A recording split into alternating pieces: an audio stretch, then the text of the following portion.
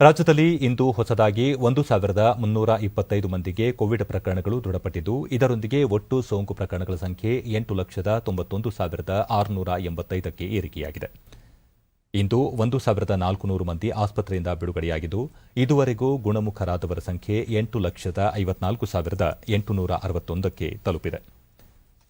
ಇಂದು 12 ಮಂದಿ ಸಾವನ್ನಪ್ಪಿದ್ದು, ಮೃತಪಟ್ಟವರ ಸಂಖ್ಯೆ 11,846ಕ್ಕೆ ಏರಿಕೆಯಾಗಿದೆ.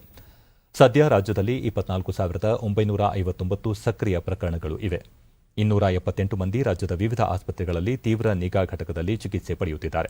1,04,032 ಮಂದಿಗೆ ಪರೀಕ್ಷೆ ನಡೆಸಿದ್ದು, ಇದುವರೆಗೂ 1,16,13,924 ಮಂದಿಗೆ ಕೊರೋನಾ ಪರೀಕ್ಷೆ ನಡೆಸಲಾಗಿದೆ ಎಂದು ಆರೋಗ್ಯ ಮತ್ತು ಕುಟುಂಬ ಕಲ್ಯಾಣ ಇಲಾಖೆ ತಿಳಿಸಿದೆ. ಬೆಂಗಳೂರಿನಲ್ಲಿ ಇಂದು 709 ಮಂದಿಗೆ ಸೋಂಕು ತಗುಲಿದ್ದು, ಒಟ್ಟು ಸೋಂಕು ಪ್ರಕರಣಗಳ ಸಂಖ್ಯೆ 3,73,219ಕ್ಕೆ ಏರಿಕೆಯಾಗಿದೆ. ಇಂದು 786 ಮಂದಿ ಆಸ್ಪತ್ರೆಯಿಂದ ಬಿಡುಗಡೆಯಾಗಿದ್ದು, ಇದುವರೆಗೂ ಗುಣಮುಖರಾದವರ ಸಂಖ್ಯೆ 3,49,929ಕ್ಕೆ ಏರಿಕೆಯಾಗಿದೆ. ಸದ್ಯ 19,185 ಸಕ್ರಿಯ ಪ್ರಕರಣಗಳು ಇವೆ.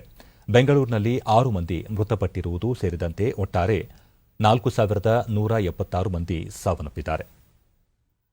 ವಿವಿಧ ಜಿಲ್ಲೆಗಳಲ್ಲಿ ವರದಿಯಾಗಿರುವ ಪ್ರಕರಣಗಳ ವಿವರ ಇಂತಿದೆ.